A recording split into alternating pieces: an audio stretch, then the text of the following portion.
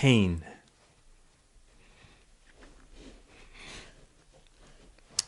This is a new show that I've created. Not a show, just a channel where I talk about the truth of different topics that I want to talk about. And today I want to talk about pain. Pain is inevitable. And I heard somewhere a long time ago that I think it was Jordan Peterson that said, pain is the only truth, or the only thing that we know is real. And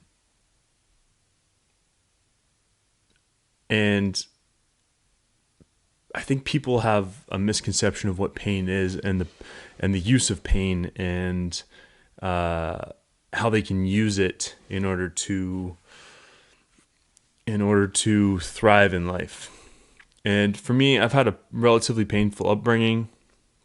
I was bullied a lot as a kid. My mom put me into dance school. I had no friends growing up, no guy friends at least. And I felt a lot of pain, unnecessary pain. And growing up, I would inflict pain on people I love,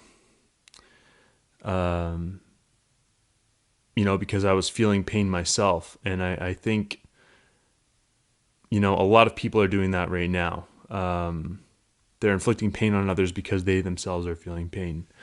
And it was only last year that I was able to kind of systemize pain and my understanding of pain and my relationship to pain. And one of the things I realized was that there's two types of pains. First of all, pain is inevitable. You're going to feel pain in your life no matter what. And if you avoid pain, you will end up feeling a lot more pain in the long run. Pain will manifest itself in some way. And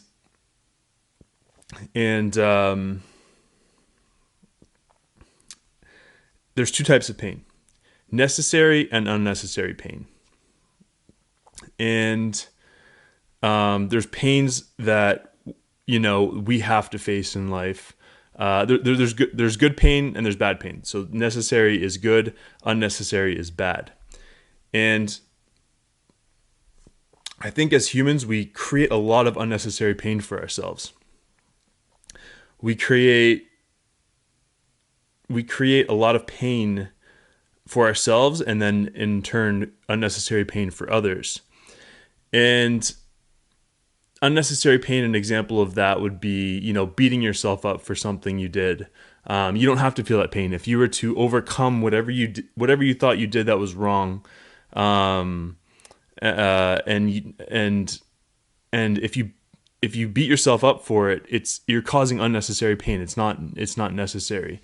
But something like going to the gym, or going for a run, or fasting, or learning a skill that's hard, telling someone sorry that you have to say sorry to, I would categorize those as necessary pains. And then things like eating too much is an unnecessary pain. Beating yourself up for something you did in the past is an unnecessary pain. Regret is an unnecessary pain. And the thing is, pain is a constant in our life. We're going to feel it no matter what. And I think we confuse the unnecessary and necessary pains with each other, because deep down our brain knows that we have to feel pain at some point. And a lot of people try to avoid pain altogether, which is the wrong thing to do. And what I've found in the past few years is, my entire life I've been causing myself unnecessary pain. I've gone up and down in weight many times. At my peak I was like 290 pounds. I've had food addictions. I've had some other types of addictions I'll address sometime in the future. But I caused myself so much unnecessary pain and so much stress on my body that was unnecessary. And I found recently that if I search for the necessary pains, it's almost like there's a pain debt. The universe collects a pain debt from you, and it's going to take the pain no matter what. It's either going to be necessary or unnecessary. And if you can pay the debt, the pain debt, by doing things like going for a run, fasting, going for a really long walk, going to the gym, learning a new skill. If you can pay that debt constantly, all of a sudden these other pains in your life that manifest seem to either dampen or disappear. And the more we avoid the necessary pains and we take on the unnecessary pains, that pain is completely amplified. And if we don't pursue if we don't pursue the necessary pains in our life, then just for some reason those unnecessary pains are just so much worse, and they what would I call it? They amplify. They remanifest themselves.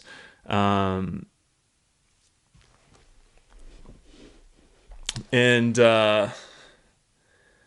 life is hard. Life is suffering, right?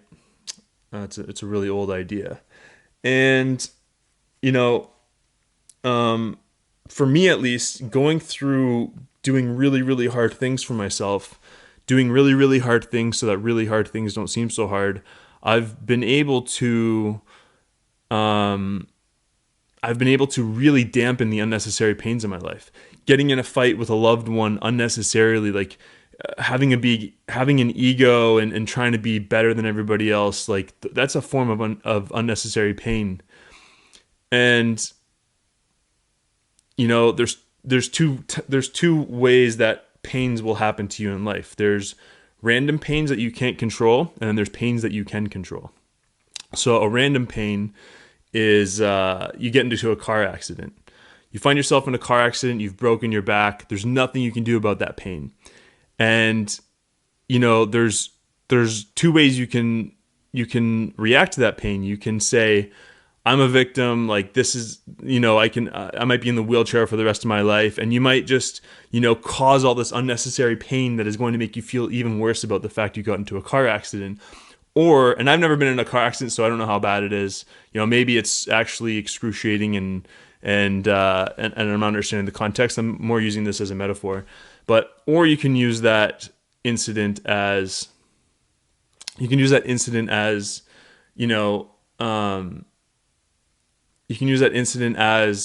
just some one new thing that you have to get over. One new thing that if you look at it as, oh my God, I'm alive. Yes, I'm in pain, but I'm going to control the rest of my life. I'm going to make sure that, before I didn't see the world the way that I do now. This car accident actually gave me a new opportunity to look at the world. I took everything for granted in the past, and now I almost died. I almost literally died, and now I get to look at the world in a brand new light. That's taking the unnecessary pain and turning it into a necessary pain.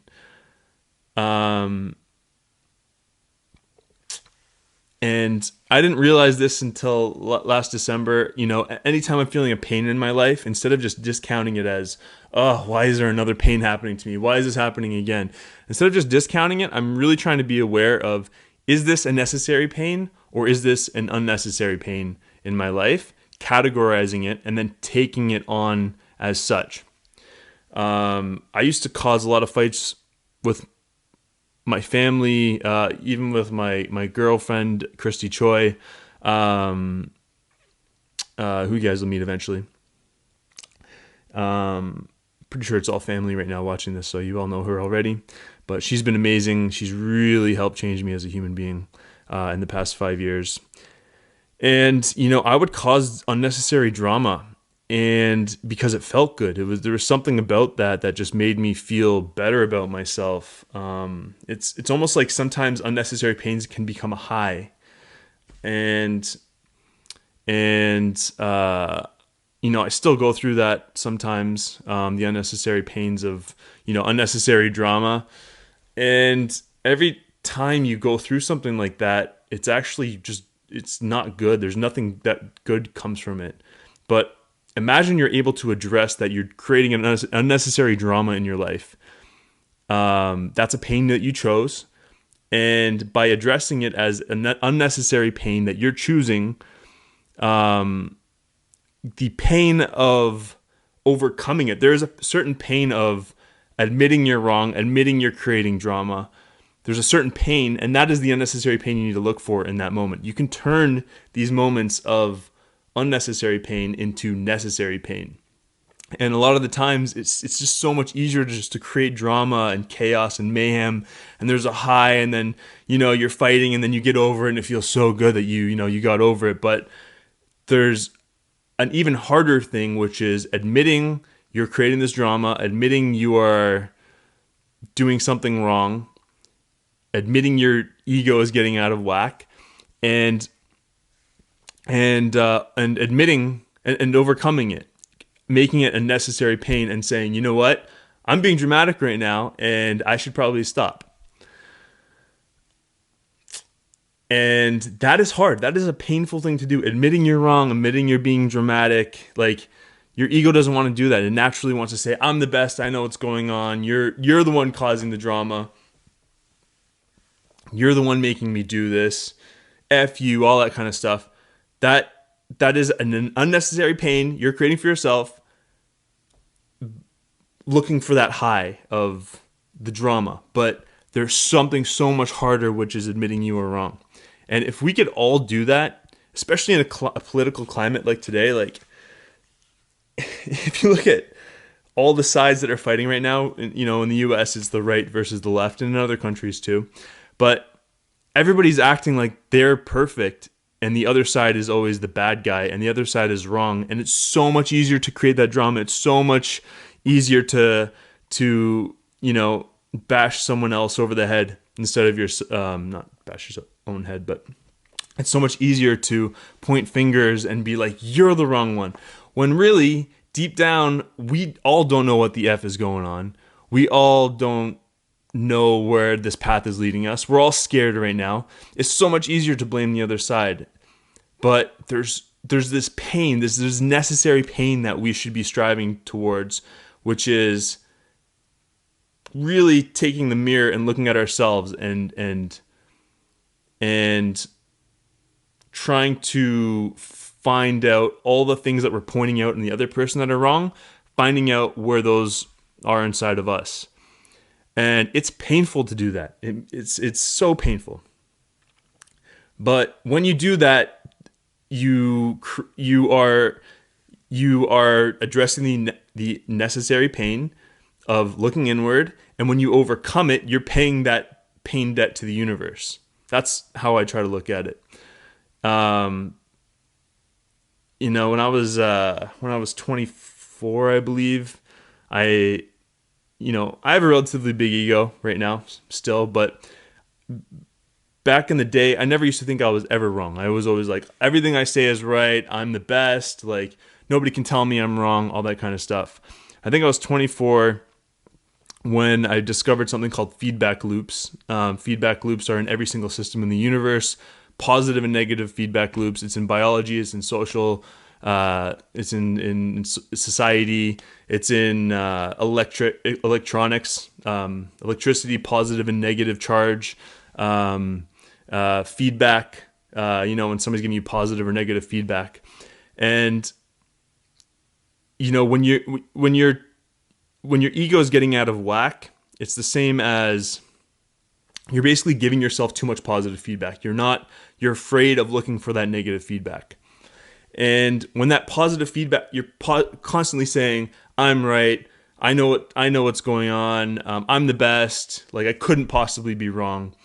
And doing that, you actually overload the positive side. And if you were to do that, if you overload the positive side in, like, let's say an electrical system or a biological system, the system ends up crashing at some point.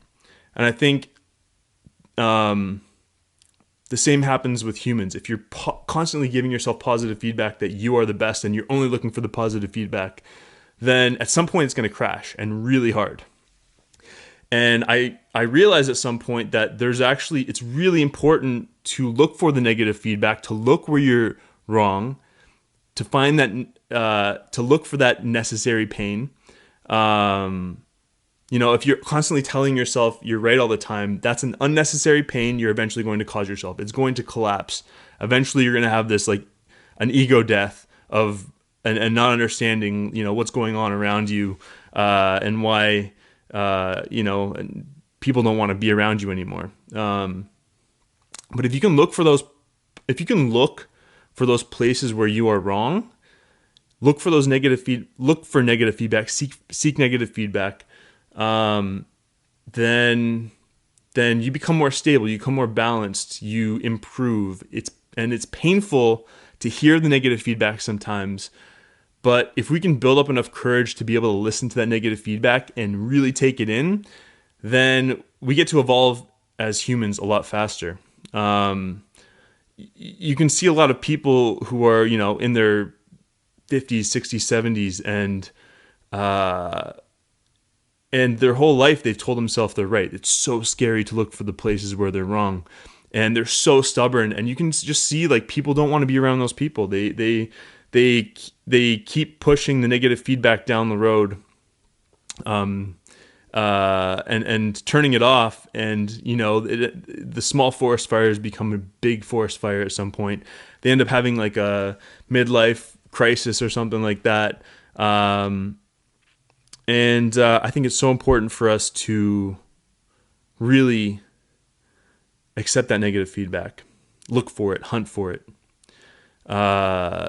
It creates so much more balance. And I think, in today's climate, everybody needs to be doing that. We're all looking for the positive reinforcements of, oh, I'm right, Donald Trump is, the best president, or Biden's the best president, or, saying the Republican or Democratic side is the enemy, all that kind of stuff. It's dividing us completely. And I think we really need to all look inward. We need to all be empathetic to the others, to ourselves and the other side, that none of us really know what's going on here. Like, this universe is constantly throwing random stuff at us, and who knows if any of this is even real, right? And if you look back from the future at this time, like, I think we're going to be really upset at ourselves for being so divided and being so judgmental of the other side, when in the future we look back at this moment, we're going to realize none of us knew what was going on. None of us knew the truth of anything. And anyways, pain. It's so important to find those unnecessary pains that you're causing for yourself, kill them off, overcome them, and look for the necessary pains. Look for the pains of eating healthy, going to the gym, having hard conversations with people,